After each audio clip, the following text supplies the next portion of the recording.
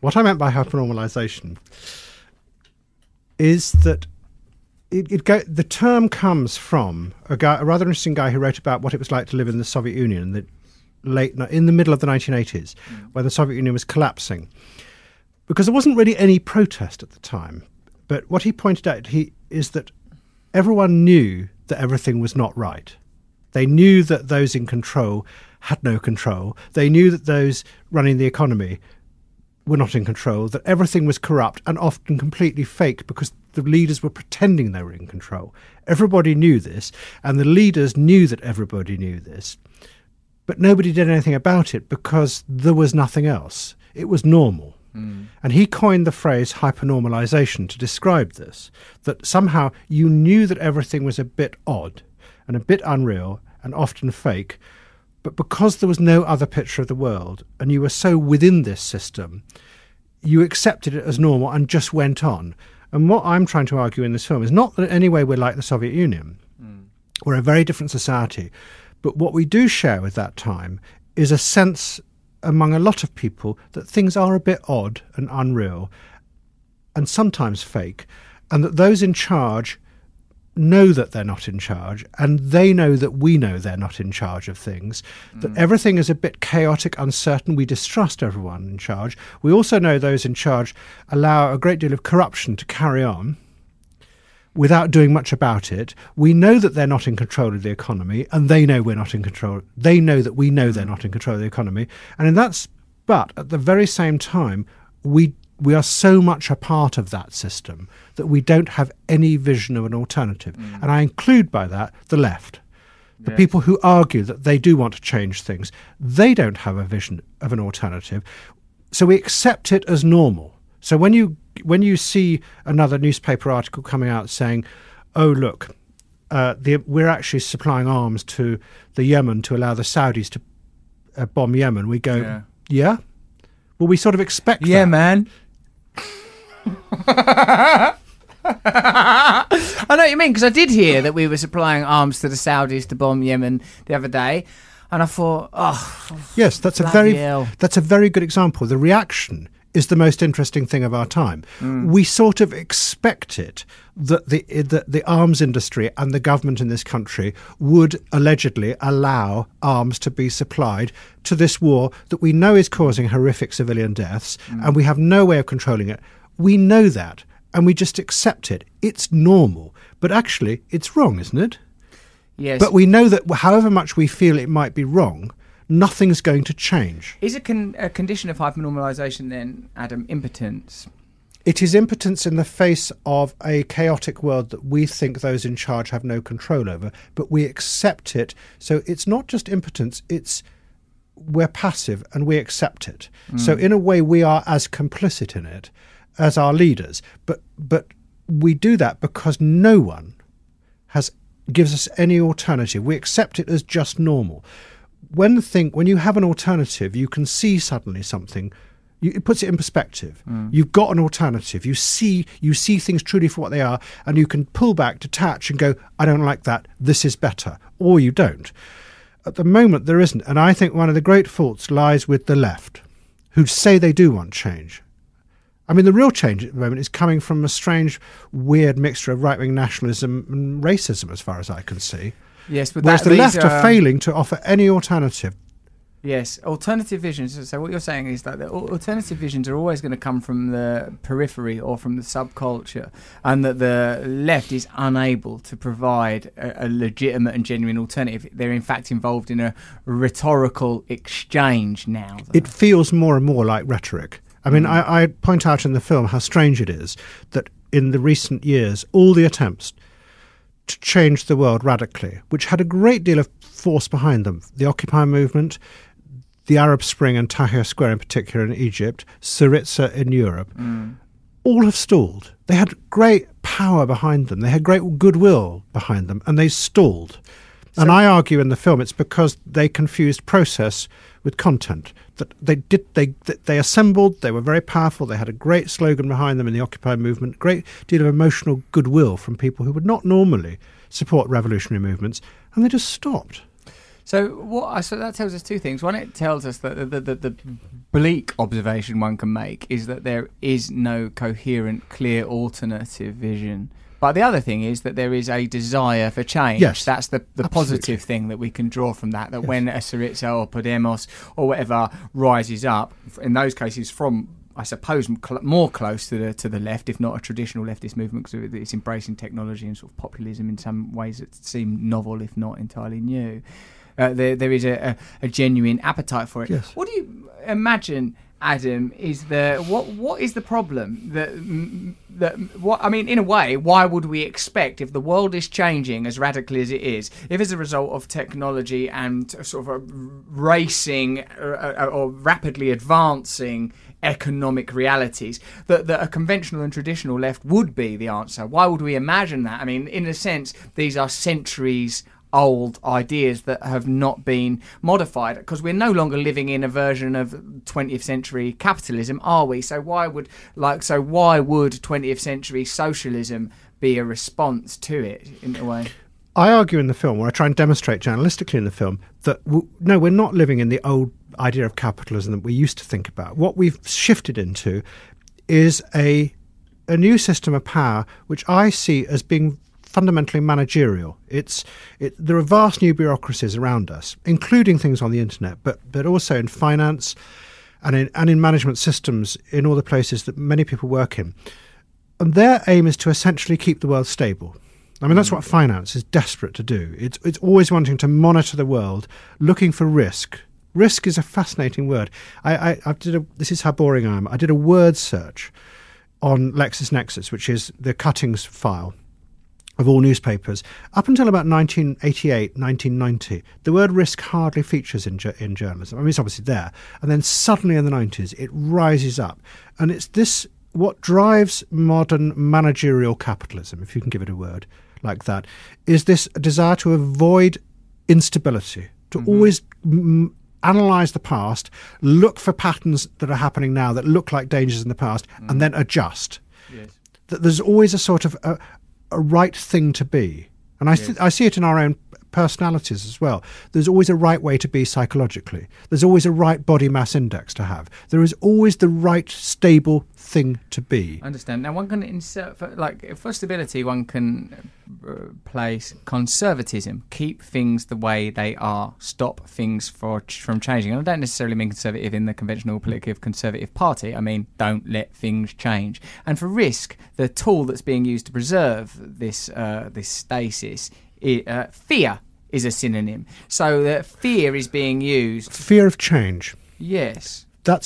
It's very deep, not just within the conservative mindset, but also within the liberal mindset in our society, is fear of change. Look what happens when you try and change things. Yes. They point to Iraq, for example. Look what happens when you try and change a country. They point to nature and they say, look what happens when you try and change an ecosystem. You can never tell the consequences of it.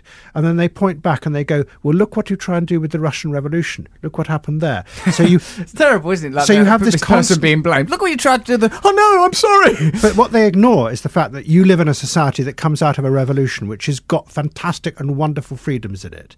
We had a revolution in this country. It can be good, but it can be dangerous. At the moment, we live in a static world where we're absolutely terrified of all change, whereas someone like me would argue is that change can be dangerous but can also be thrilling. Yes, of course. Now, of course, someone like you would argue that. Now, what I think is very interesting about what you're saying, Mr. Curtis, is that when I listen to arguments that can be sort of rather complex, one of the things I very much enjoy about your films is the accessibility and the populism, probably coming from your inaugural Sausages, the movie, in which a dog says sausages. Or it seems to, because Mr. Curtis revealed to me that the man manipulates the dog's larynx, so the dog probably wouldn't have said sausages if left alone long enough. What I think is that what is the ultimate resource of all of these things? And don't be afraid of a little bit of comedy, Adam Curtis. It's our little pal. Allow the gnomic peculiar presence, the elfin presence of mischief, to be present in the room. Allow a tendril or two to advance up your thigh. Look at you, also being also schoolmasterly today. No, I'm pondering whether you use comedy as a way of defence.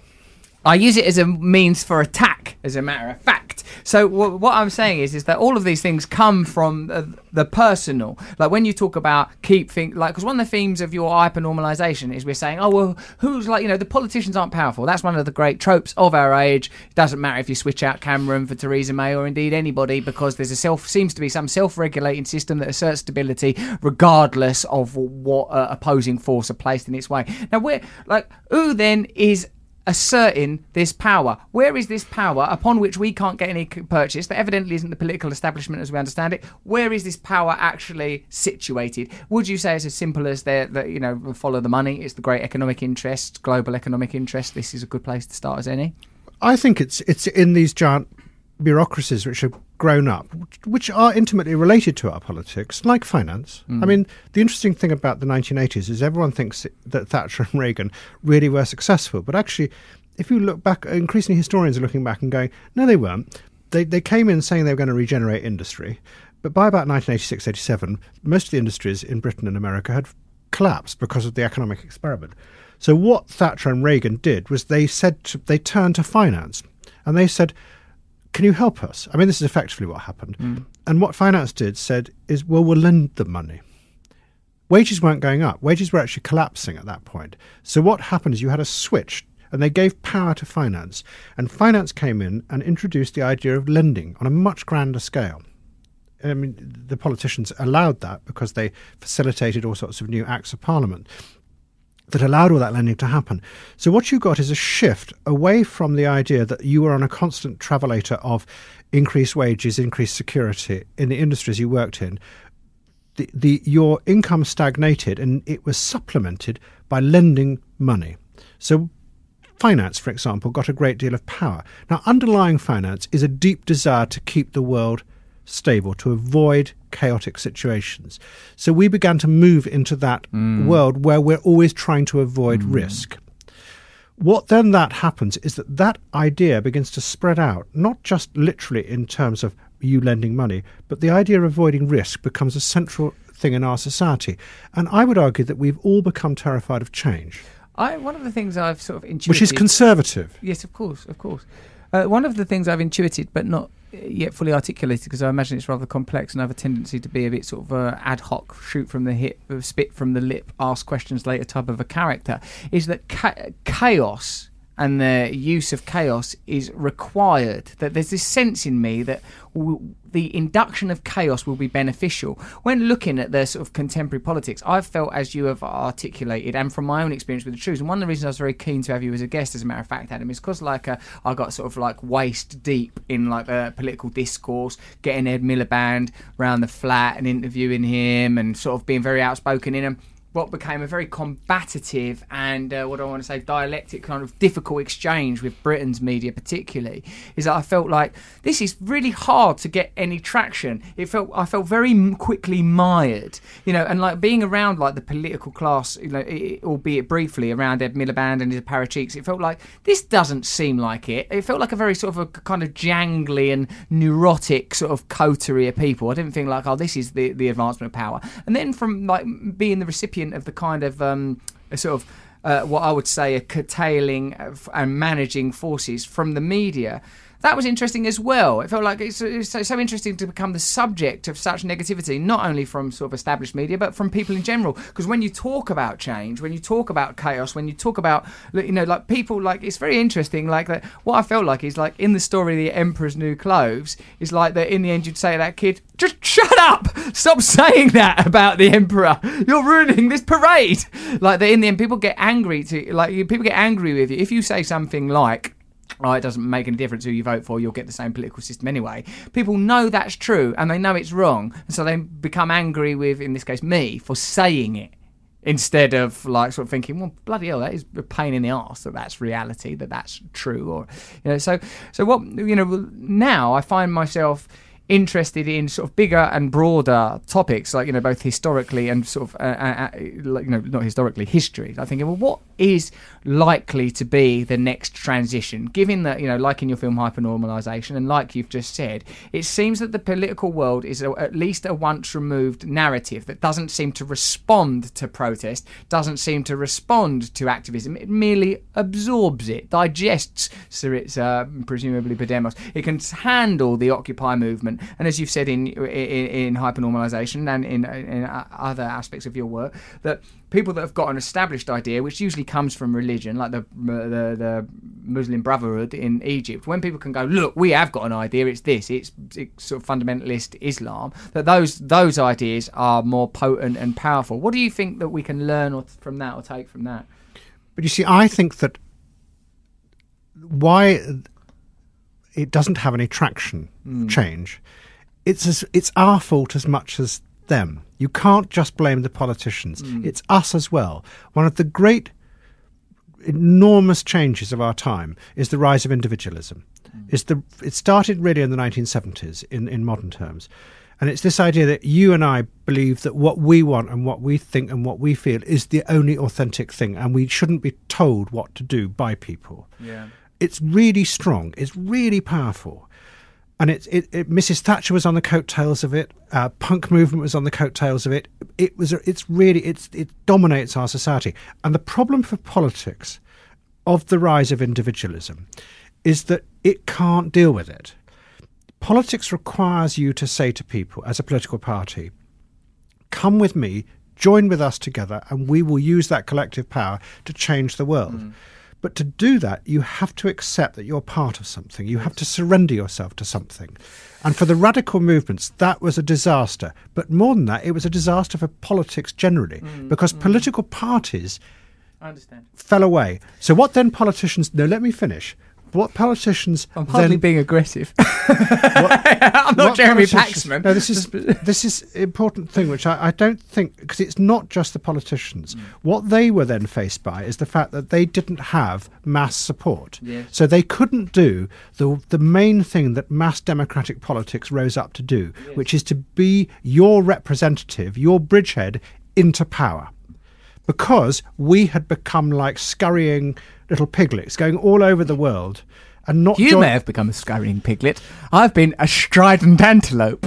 And not joining together to form a collective action. Yeah? I understand that. Now, there's one of the things I wanted to pick up on that. When you say something like, Adam, this is, please God, a popular podcast, right? So when we say something like the rise of individualism, what you're saying is that, I think we can all say that my worldview comes from, but I'm Russell, I want this, I don't like that, I've got rights, I've got feelings. Now, that's something that people haven't really examined, individualism as a component and sort of an unavoidable evolution of a mechanistic worldview and of materialism. Now, what are you saying, make a point that this became chronic or more noticeable in the 70s? So my assumption would be then that this condition of individualism is a side effect of marketing, of the reason why is it convenient for people to see themselves primarily as individuals, because that's how people are better consumers. No, it's not a side effect of marketing. Marketing comes in to make it work.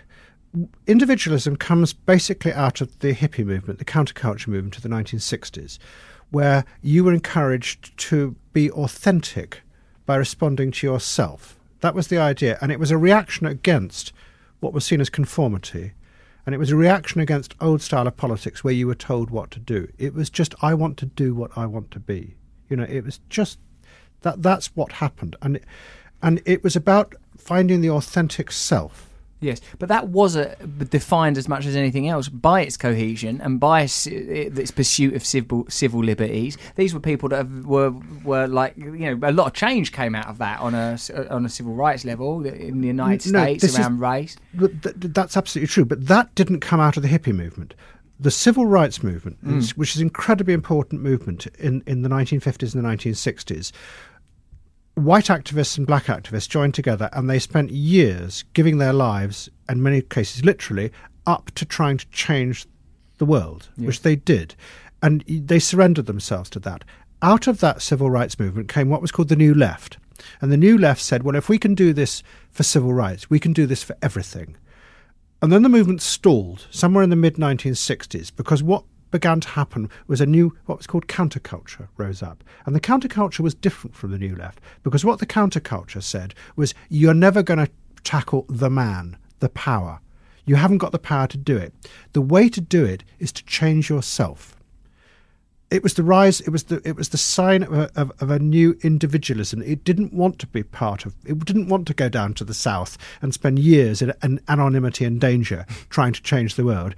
It wanted to change. Yeah, I don't want to go down the south. No, you're in anonymity and danger. If I might say so, you are an arch example of hyper-individualism of our time. I don't know if I like this. I'm going to write that down. I'll look it up when I get in. All your responses are characteristic of exactly what I'm describing. So what then happened is that the argument shifted away from the idea of saying we can work together to change the world to saying, no, if we can actually be the vanguard of changing ourselves as people, then you change society like that. You change the people first, and then society will transform. Mm. And that sort of worked for a bit, but then bit by bit the politics moved away and you were left with this idea you just transform yourself, and you have all these radical psychotherapy movements of the 1970s come up, which is you need to find your authentic feelings. That became the goal, and the idea that you're actually changing society as a byproduct began to disappear. And what then happened was that this strange thing began to emerge is if you are going to be a self-expressive individual, which was the ultimate goal, where you're authentically expressing yourself, how do you do it? Because actually not many people knew or had the confidence to do that. And I argued in a series of films I made that really what happened was that modern consumer capitalism said, oh, we can help you do that. We can actually supply you with lots of different things to allow you to express yourself, from ranges of cars to ranges of clothes to all sorts of products that you can use to express your individual identity, which was fantastic for consumer capitalism because they could make lots more different things. Yes, but you're not saying then that consumerism, like that. You're saying that consumerism and mass market culture was a response to that need. Yes, that's interesting. Because I'm, as you know, a fan of the films Century of the Self, which doesn't qualify me to know more about them than you because you've made those films. But like what it means to, how I see. I said, look, on one level, the source material for all of this is human beings' feelings. So even when you say something like I'm an arch example of individualism, for me that means that I'm closer to the precipice of breaking through, to realising the limitations of individualism and what the implications of the individualism's limits are, which is, transcendence. What happens when one once more transcends willingly and with volition through the limitations of individualism and back to a communal experience and back to a cohesive experience as a member of a tribe, of a community, of a society. Experiences that are somewhat denied us, a pathway that's somewhat being dug up. It's no longer clear what is the direction for people that feel this yearning and feel the limitations of our experience of individuals, of forever living in our head, of living in our anxieties, of not knowing what is real, because we're living in a very limited version of what is real, the fulfillment of our base drives and base desires. That's a limited experience of being human, who are anthropologically, historically, are designed to live communally connected as a harmonious part of a group and a harmonious part of nature. And what's interesting for me about what you said there, Adam, is that I've always regarded that sort of consumerism and mass market culture has recognised, there's this need in people that can be fulfilled through selling them stuff. You buy your own unique iPad, iPod, buy your own unique torn jeans, participate in culture and express your individualism through consuming. But I suppose what we've not yet got to is the architecture of these consecutive phenomena. Like, do you think there's someone behind it designing this, also or some interest? Because when you're saying these bureaucracies are organising the stasis and stability, like the financial bureaucracy, who benefits from this? Who benefits from people seeing themselves primarily as individuals? Because it certainly isn't the people of the Yemen, and it certainly isn't us as individuals. So who is it that's preventing change from happening? Yes, of course, us, because we're, you can say we're not participating in a potent movement because one doesn't seem to currently exist. But why is this idea continuing to dominate? I think the point is about consumer capitalism is that capitalism is not is not an inherently evil thing. It's No. it's amoral. It will always spot an opportunity and it will go for it. And what it spotted in the late 1970s that were these people rising up who wanted to be themselves, and they realised that allowed you to make a much wider range of products than you had previously done before, and people went for it, and that allowed capitalism to make lots more money and become much more. You saw all those adverts in the 1980s and 1990s. Express yourself, be yourself through Nike. Just do it. You just deserve do it. You're great. Exactly, because I'm worth it was the great phrase. But then what happened was, I think a great shift happened, which we haven't fully recognised, which is sort of what I'm trying to get at in the film, is the genius of modern power is that it managed to do what politics failed to do. Politics can't deal with individualism, because how can you have a political party where everyone wants to be an individual and not be part of something? What modern managerial systems managed to do was square the circle. Look at modern social media.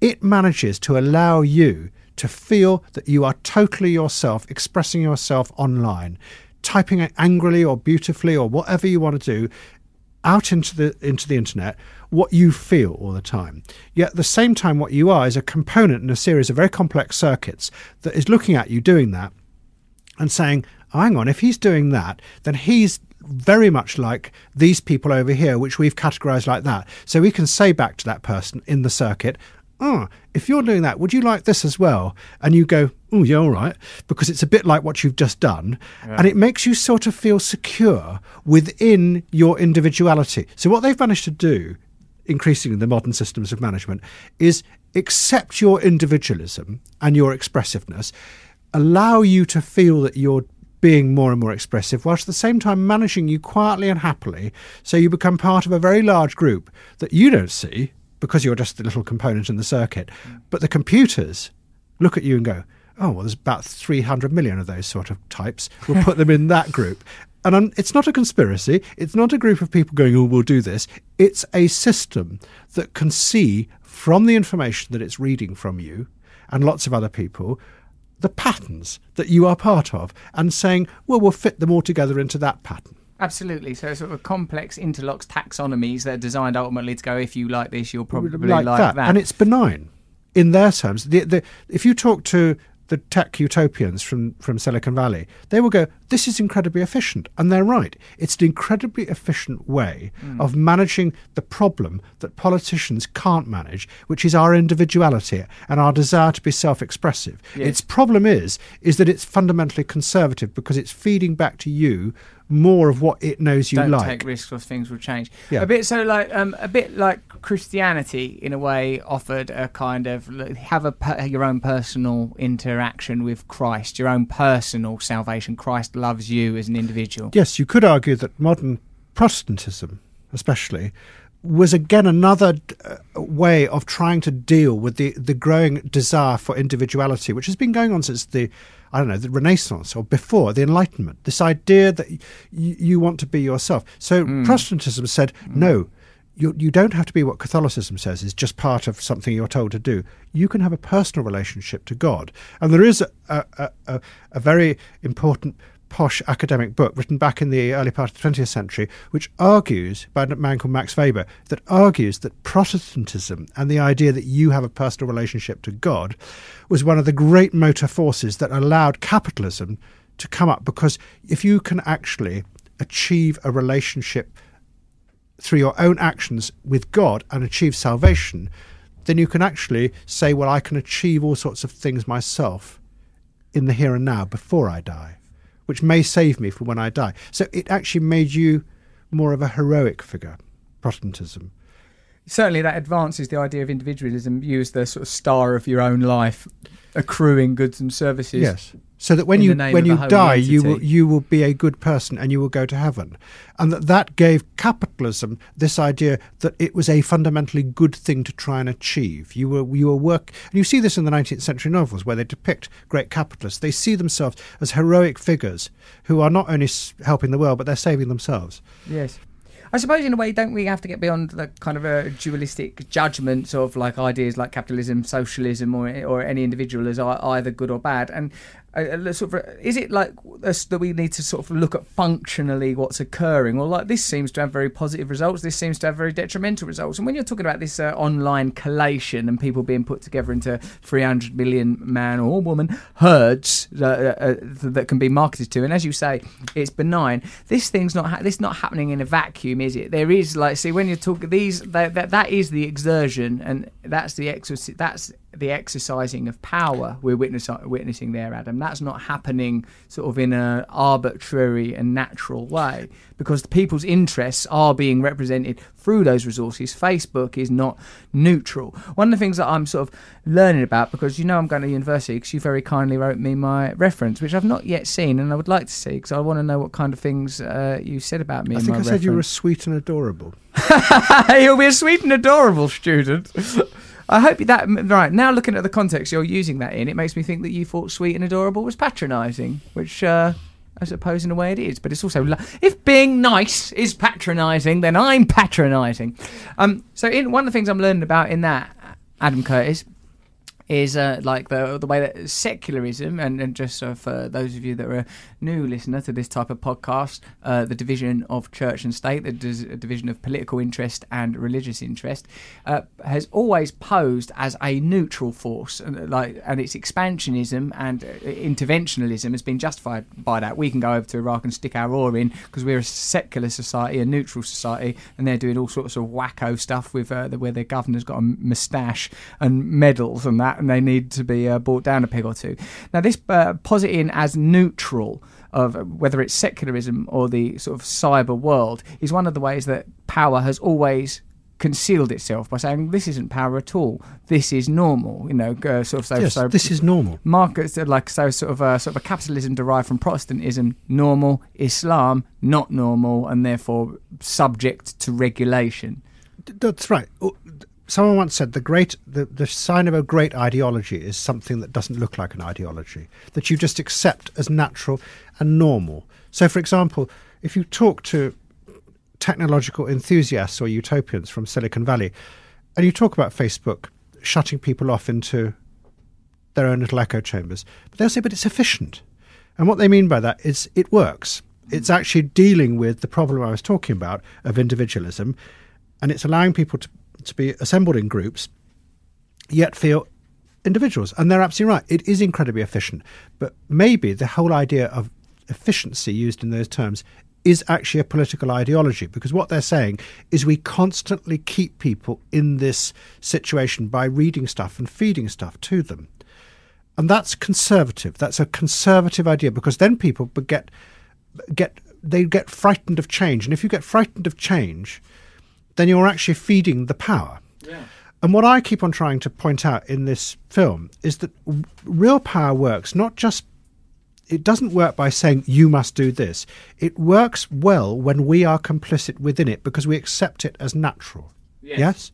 And we are guilty in that. So, for example, do you remember the march against the war in Iraq in London in 2003? I think it was something like 3 million people went on that march. Do I remember it? I couldn't get my cab anywhere. The traffic around Marble was terrible. Did you go on it? I was too on drugs to care about that. Actually, I think I did go, but was still too on drugs to care about it. But the interesting thing about that march is that it was really probably the biggest protest march since the Suez thing in 1956, or even bigger. And everyone thought that's going to change everything. Yeah. And then everyone went, and they had a slogan which was "Not in my name," which is again a very individualistic slogan. I don't like it as a slogan. Do you? Well, I thought not in my name. You bloody well don't. I'm doing it in your name. I'm doing it because we've got some oil over there. We've got to get. I thought it was an interesting slogan of its time. Yeah. I don't like the pomposity of it. No, but it's more than that. Or the sincerity. Everyone marched. 3 million people marched, and they were totally sincere about it. Not in my name. And they then went home. All right, it's not in your name. And they said, well, that's not a war. Well, that's exactly what the implication was. Yeah. You go back, and the war is not in my name. That's not one in my name. So then you don't know anything more about it. Whereas real change, real political change would have happened if those 3 million people had again and again and again marched and again and worked and given themselves to that, they might well have had a chance of stopping the horror that has now happened in Iraq. So in a way, like Adam, I've heard you argue before that, you know, stability is the enemy of change, and we are obviously participants in this because we're like, oh, do you know what? I don't know if I will be going on a 1 million person march every day because I've got an Xbox and I'm moderately comfortable. Isn't in fact the ingenuity of much of contemporary secular life is that for a significant majority, we are sustained at a comfortable level, and we can tolerate in our insular cells of comfort the discomfort of others because our empathy and altruism has been eroded. These impulses and instincts have long been undernourished because the sort of familiar communal institutions have themselves begun to disappear. Well, protest becomes feeling. Well, yes, it does, Adam. And actually, that shouldn't be to our disadvantage, because when you sort of talk about me as the arch narcissist of our time, what I think this means is like that through all things. Did you notice returning to the point makes my point for me, that you are the arch narcissist of our time? I did it as a passing comment. No, because it's something that I'm interested in, because I actually think it's legitimate as well as a sort of a glib aside. That, you know, that sort of what is it about my personal conditions and the conditions of our time that make me so infatuated with myself and my own perceptions? Because in a way, how is that different from, you know, really from anybody else? It's not really. It's more pronounced. It's more observable. I don't imagine that it's any, like, you know, how would anyone possibly know? Because no one except me knows how to be inside my own consciousness, and I'm not even sure that I'm that convinced of how to do it. Now, my point is that everything's at source is people's negotiation with the external world. At source, everything is the way I feel when I'm interfacing with a society or another human being or a product, or my own feelings coming back to me. And because I have experienced many of the icons of success, or the icons of consuming, you know, have been famous, been a proper drug addict, been proper promiscuous, I've like seen, oh right, these things are not that nutritional or that helpful. You know, so it's helped me to reach a point where I'm willing to consider ideas such as being part of a community. You know, and like, isn't don't Islam, it means surrender, right? You know, sort of like the idea of surrender comes up again and again in sort of spiritual and religious ideologies, that these drives, in fact it was you that once said to me, like, you know, like we've been told that freedom is freedom to fulfill our trivial and petty desires, but real freedom is freedom from our petty and trivial desires. That, you know, in being able to sort of buy yourself an iPhone or have a wank in a train toilet, you may think of this as a kind of blissful utopia, but what have you just fobbed yourself off with? In my case, it was a £10 fine. Don't be so serious. Why are you being so serious today? Well, I decided you're the funny guy. So. That doesn't matter. We can all be silly together. You know, what are the kind of, like? So the reason I'm using, like, returning. No, to I that, wanted to make a serious point at that point. That's why I was looking serious. It's because no, because you've touched on something really important. I mean, it is really train toilet. No, there are. It's not. Kiss you to calm you down, because it's obviously necessary. I consider this a form of resuscitation. This is as necessary as if you were lying on a beach. Now, so you're all clever in those edits with your archive, but really, what he needs is a cuddle. Now, come on. I think I'm actually trying to show that I don't want to be controlled by your comedic persona. Oh, that's the power of comedy. It is very controlling. Yes, it is. That's what my point is. And I am as much a narcissist as you. I want to set the agenda as well. Right. And what I wanted to use that's the trail. And what I wanted to point out was that it's not that there is the real kind of freedom is a religious one. It's a different kind of freedom. There are all different kinds of freedom. And the idea of freedom that we believe in now and we believe is inevitable and natural to our state is not. It's a construction. The version of us at the moment of freedom is a construction, because there are many others, and one of the most powerful is the very opposite, which is a religious one, which says, "In whose service is perfect freedom." And what the religious idea is that the self, which we worship at the moment, is actually a terrible prison. It's a cage that you are trapped. And again, you're an example of this in what you've talked. No, it's in what you've talked about often. Is that when you give in young offenders home, when you get trapped by your own short-term desires, it's a cage. You get locked into. Yes, it's circuitous. I mean, even neurologically, one can imagine that the process of consuming is a stimuli and response loop that you get trapped in. Maybe it's good to escape from that daily grind of having to listen to your consciousness constantly saying, I want this, I want this, I want this. I mean, which we are encouraged to believe is liberation. Yes. Maybe it's not. No, I think you're quite right. I mean, when I even sort of quite pop spiritual orators such as Eckhart Tolle will say to you that this incessant inner narrative, the relentless thinking, there's no freedom in that.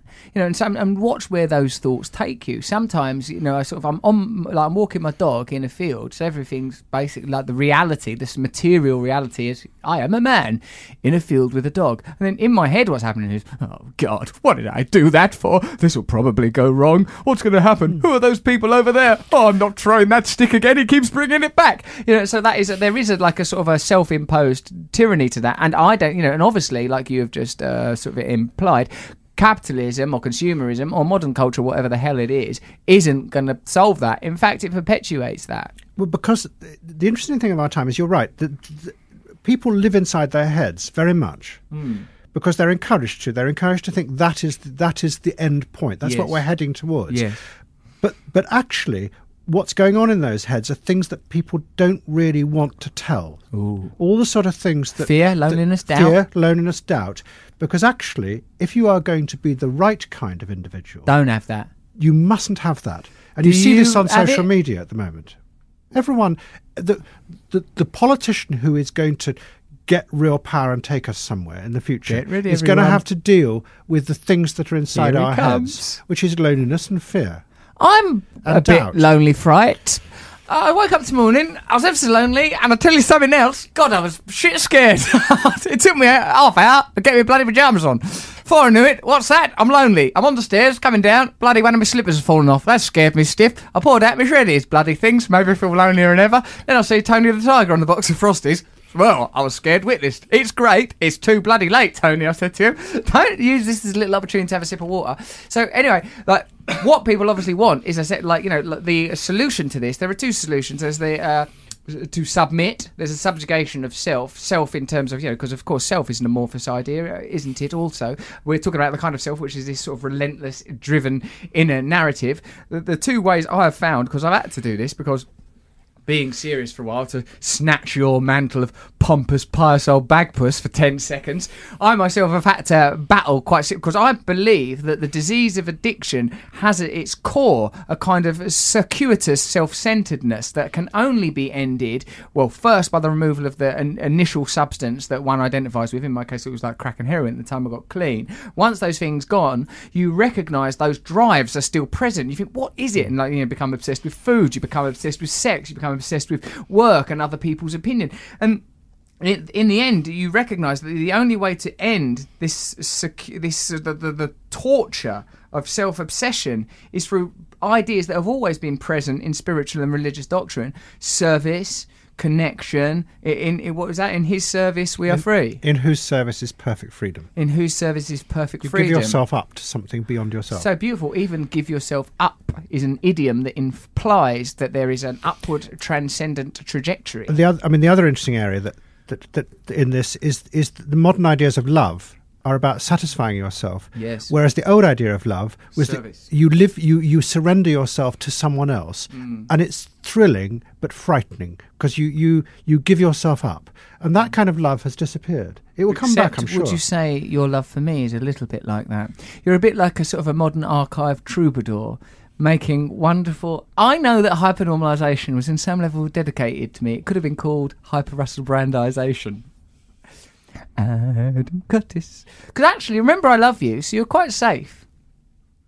It's so funny. It's like sort of like a school teacher that's agreed to come and babysit, and they're being pilloried with confusing love. I don't want to go to bed yet. I want to watch the Muppet Show. You can't watch the Muppet Show, Russell. It's already been on. VHS, last week's one. Let's watch last week's one. So actually, I am... Look, what I want to get from you is this. Now, what you've just then said is like someone that's going to make headway in the political sphere, and and obviously, like I assume on some level that'll be me, is like someone that will know how to close that gap between the solipsistic circuitry of self-obsession and this world out here that we're all forced to bloody live in. you can't put the genie back in the bottle. You just can't. The individualism is here to stay. It's part of the future. What a politician of the future who is going to change the world will do is somehow allow people to still feel they're individuals, yet at the same time will say, if you come together, we can actually transform the world into something extraordinary. And it will be thrilling, but it will also be frightening, and take them into that world. No one's managed to do it.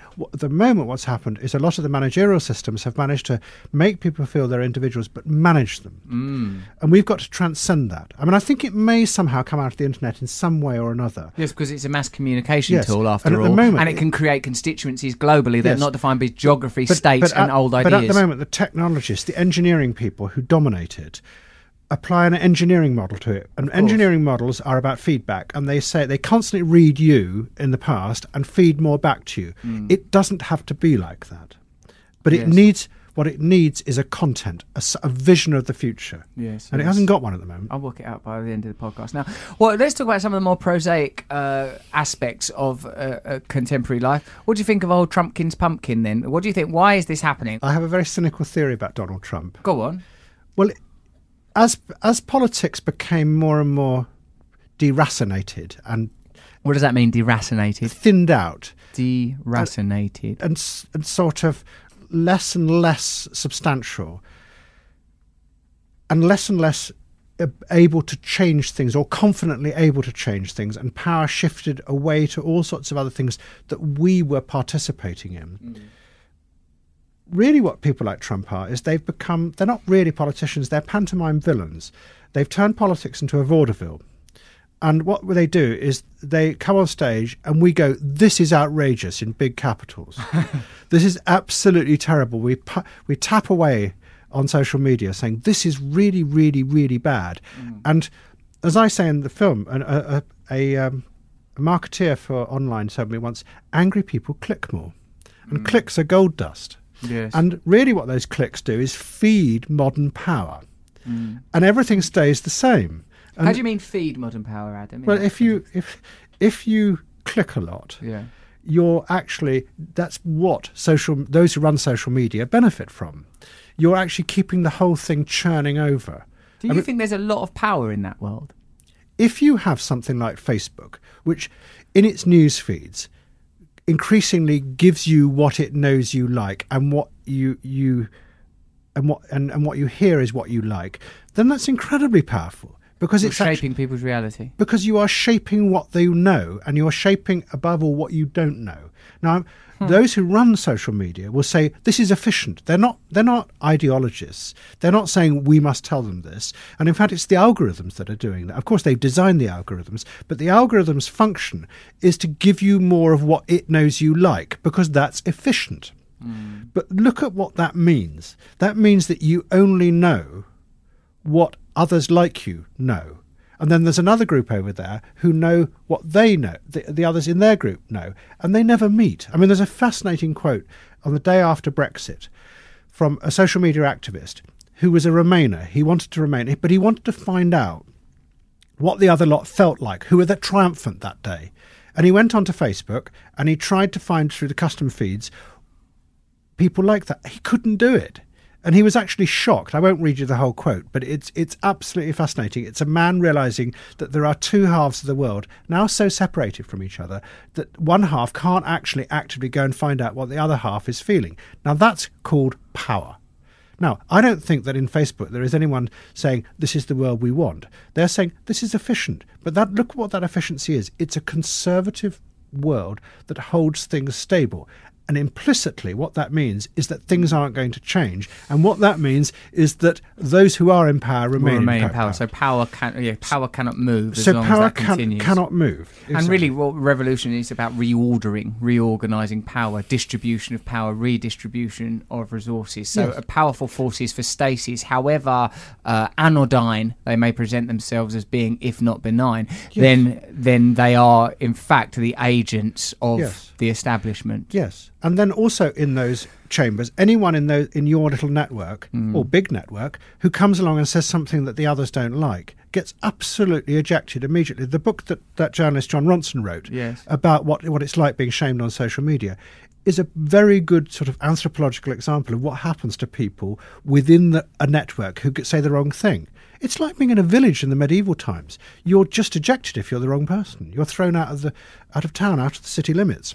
So everyone remains thinking the same, and that's conservative. But we're complicit in it, and everyone knows it. They know it. Yes, this is one of the things that I'm very much interested in. You've said this several times, and there's a bit in my stand-up of like talking about the morning after Cameron's election, and he gives that speech. And the thing it struck me on a quite personal level, actually, because the speech that he gives, like the speech that Theresa May gives, like the speech that you often hear politicians give, is kind of utopian. We're going to build a Britain where people that are prepared to work are going to get the opportunities they need, where the most vulnerable members of society will be looked after. It won't matter what your religion or your race is, you'll be taken care of. We'll build a cohesive Britain where everyone can participate. You think, fucking hell, if that what you were saying then was the reality, that would be okay. But I know that what you're saying is bullshit, and you know that it's bullshit, and you know that we know it's bullshit, and yet it is perpetuated. Now, for me, that's the distillation of hypernormalisation, is the disjunct. Now, this other idea of that there being two tandem narratives concurrently running takes place, doesn't it? You don't need to consult the external world to get ratification of that, but because it happens internally as well on individual levels of any individual's consciousness, that one senses there is the part of me that is married to the fulfillment of my stimulation. There's the part of me that just goes, look,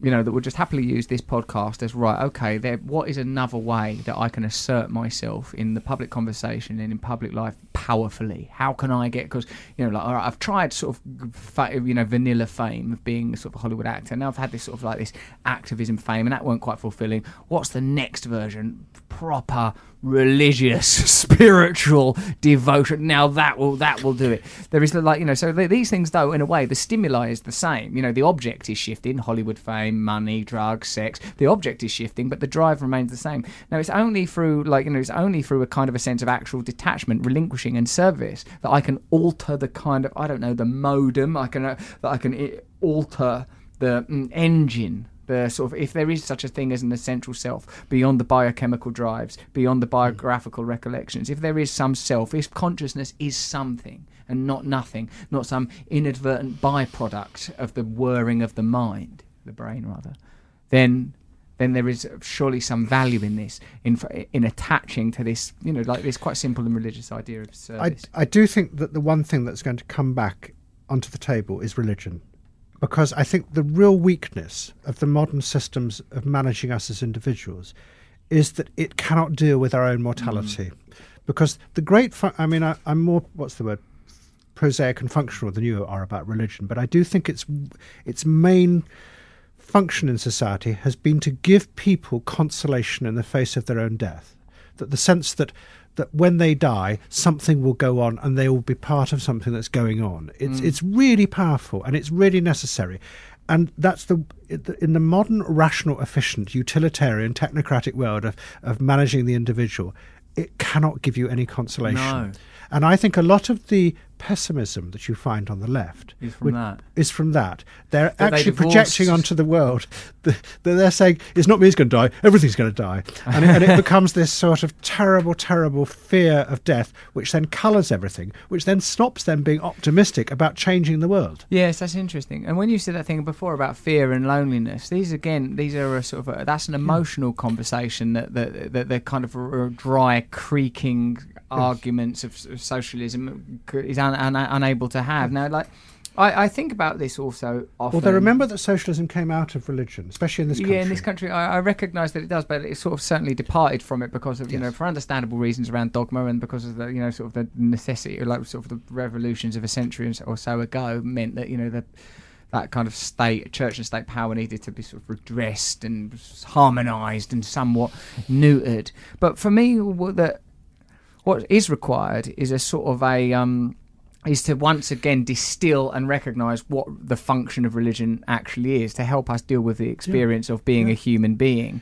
that that politics is no longer able to do and no longer aspires to do, and which consumerism has artfully done for the previous 50 years, but seems to be faltering at this point. And now you're saying that these sort of, and of course we are talking about kind of a niche market, really, aren't we? Because most of the world ain't sat around on Facebook, are they? Not in like Africa or sort of Latin America. Are they? I don't know. I'm not there. But like so like what we're discussing is a particular phenomena to our kind of cultures. But I obviously agree with you. And in fact, even when I was somewhat directly involved in the media and political conversation, what I felt was this isn't actually it at all. That's what I found. I felt like this isn't the conversation I want to have. This is minutiae and trivia. I'm interested in something that is very direct and very real, and one can understand a person like. What one can you sort of think that all saints get, not the band, all saints reach, although they were bloody good and so very I love those sisters, reach the point of altruism, service, surrender. It becomes sort of kind of simple and almost indistinguishable from mental illness in a lot of cases. I'm talking particularly of St. Francis of Assisi, who you wouldn't want round your gaff, Adam. Bringing goats in, ranting and raving, playing the panpipes on the stairwells, meddling with your cats, putting them all in jumpers and telling you that they had the spirit of Jesus in them. Because let me tell you, that's what he would do.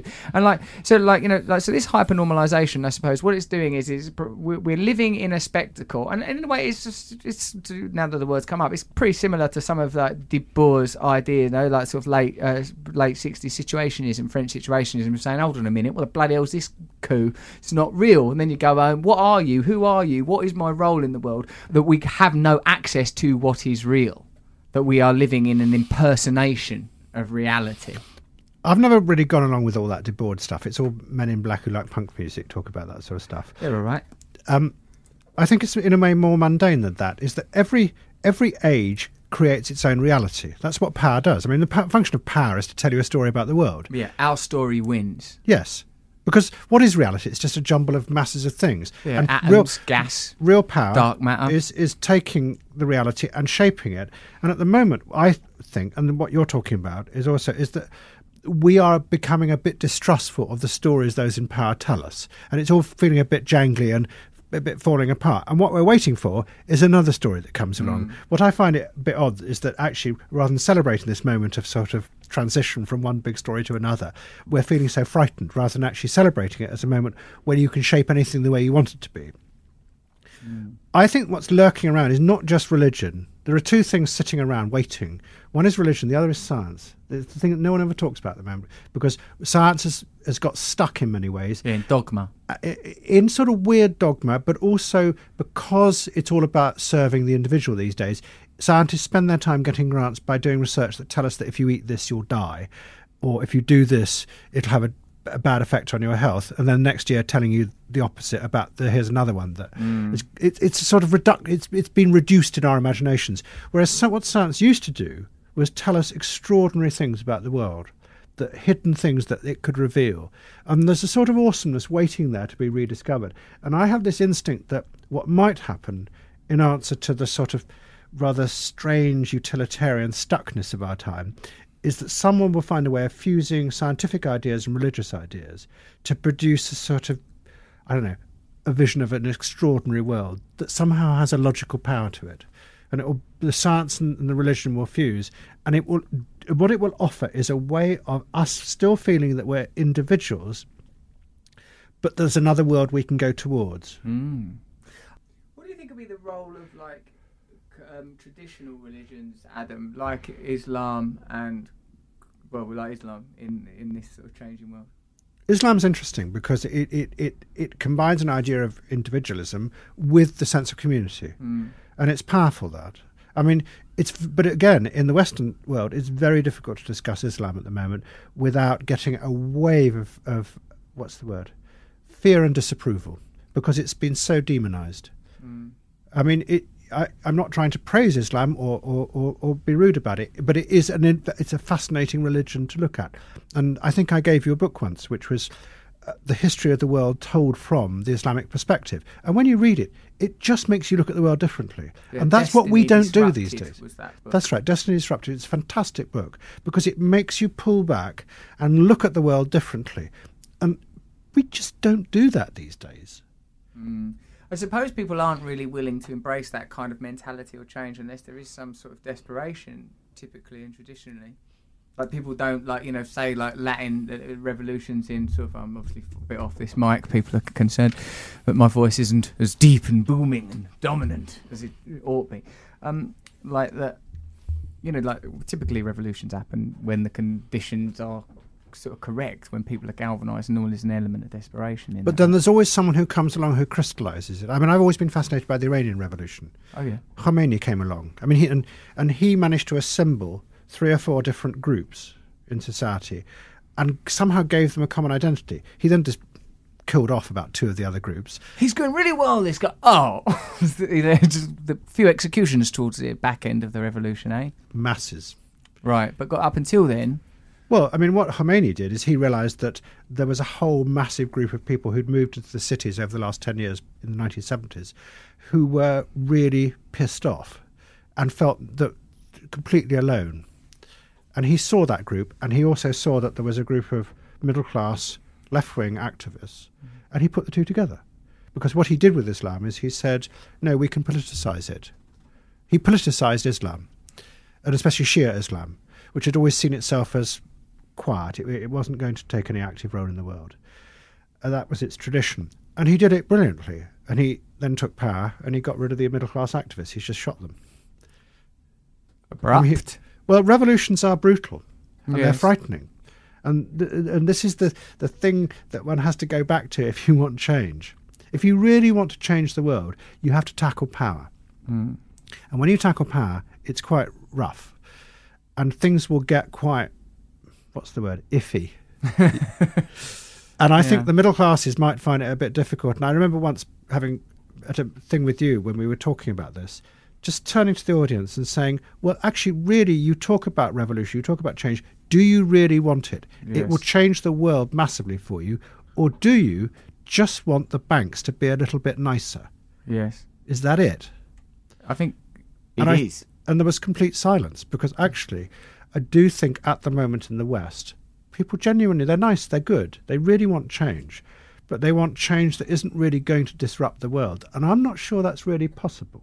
If you really want to give a voice and a power and a sense of confidence to all those people outside this city who are feeling lonely and uncertain and living completely, uncertain lives, have no sense of their own confident future, you're going to have to change things quite substantially, and you're going to have to take on really vested interests. Yeah. And that's going to be quite frightening. You've got to be willing to give up everything. Is it? I think that like the difference between a priest and a prophet, as someone explained to me, was the willingness to live it, the willingness to say, well, I'll sacrifice everything. And I go back to the civil rights movement in the 1950s in America. White middle-class activists went to the South and they gave up their lives for years to do something that they thought was morally right. And as someone wrote the other day, you cannot imagine that happening now. They'd want to be telling everyone that they're doing it. Yeah? Because that's how you get validated these days as an individual. You want people to know that you're doing it. But most of the heroes of the civil rights movement, especially remain anonymous. Of course, precisely. Now, again, what you're talking about is a veiled spiritual idea, because that is about, yes, it is, because it's about the transcendence of your individualism, that you're not going to receive validation from anyone whose service we. But that's also politics. Politics is about giving yourself up to an idea beyond yourself. So is religion.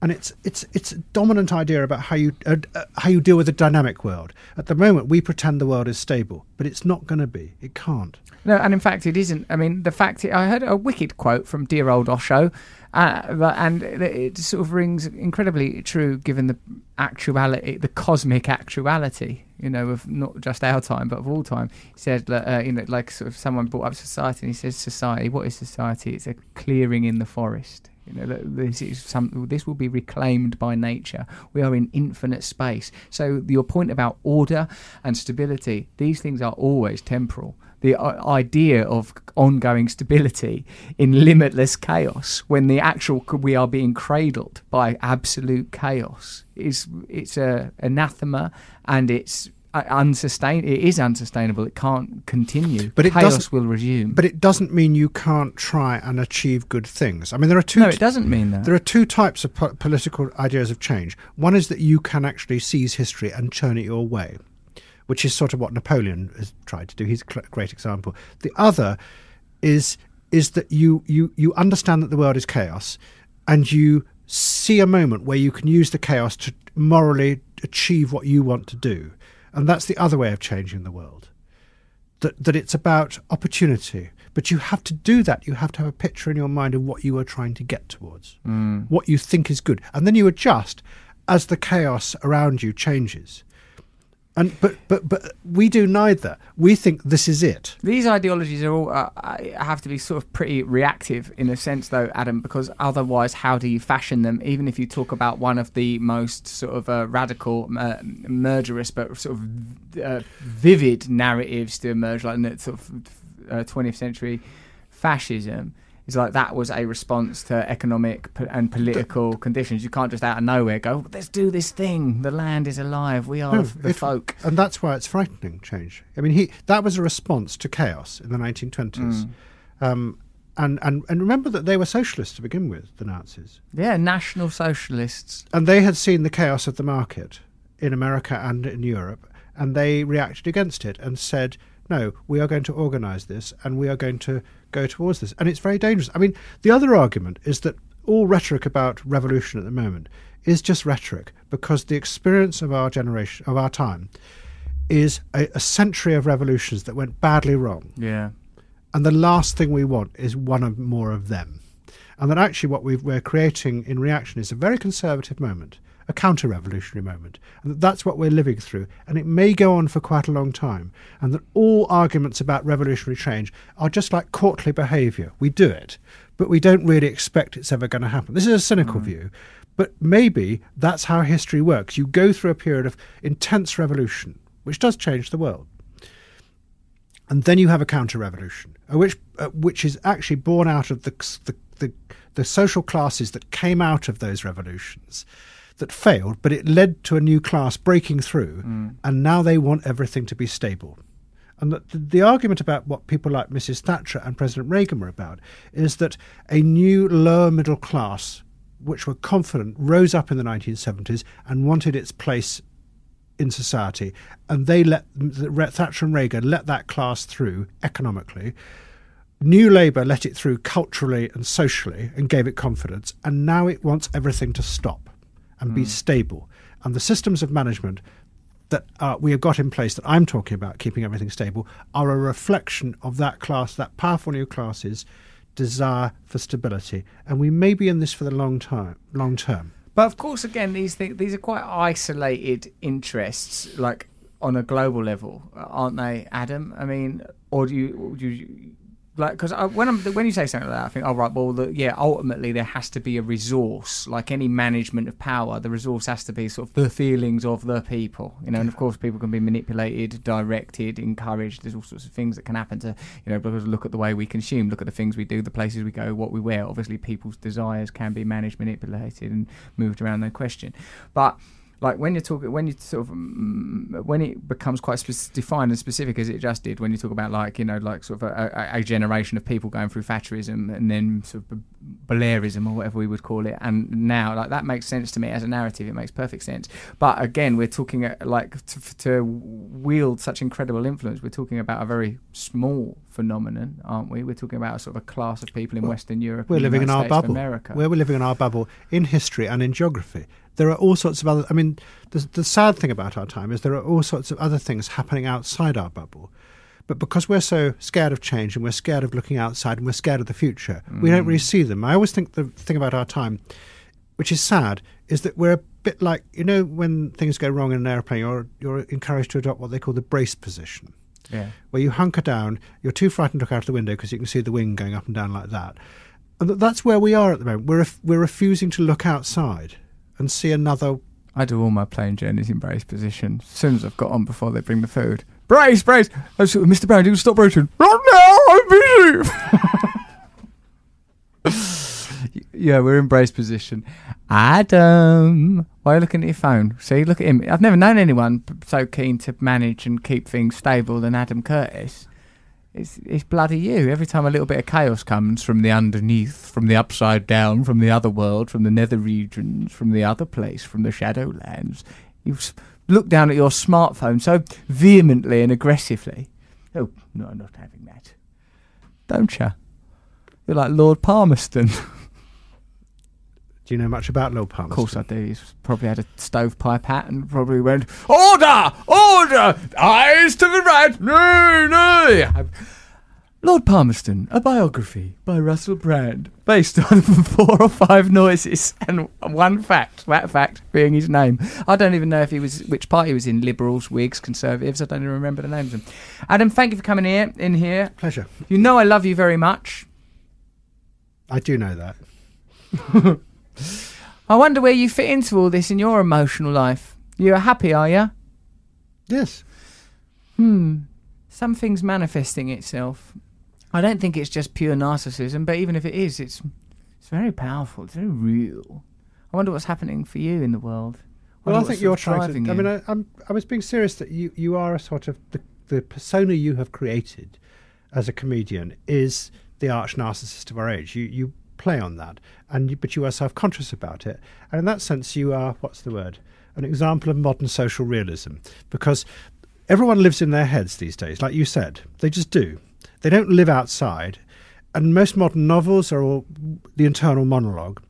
And in a way, you're an exponent. You demonstrate that in 3-dimensional space. You're very good at bringing out the consciousness, the way people live in their heads all the time, and you express it in a big, what you would call comedic way.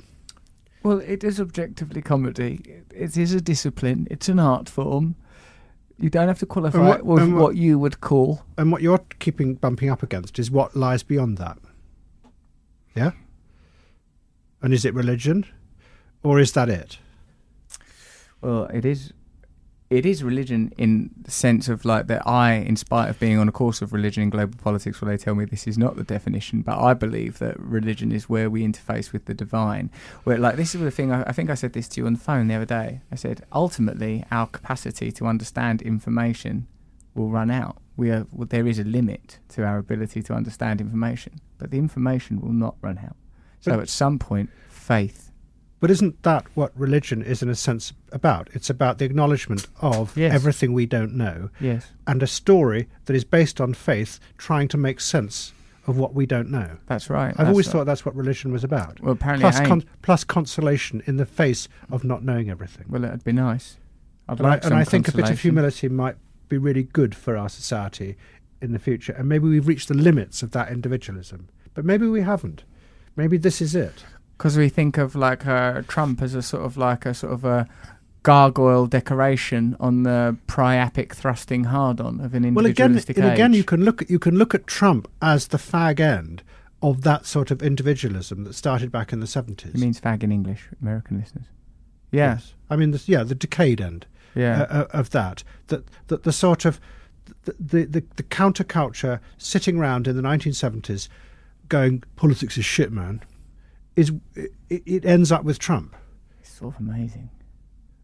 And I can see he has as many roots in the punk movement as he does in the libertarian right wing of the 70s. And he's somehow a moment where all those currents have come together and are showing how decayed they've become.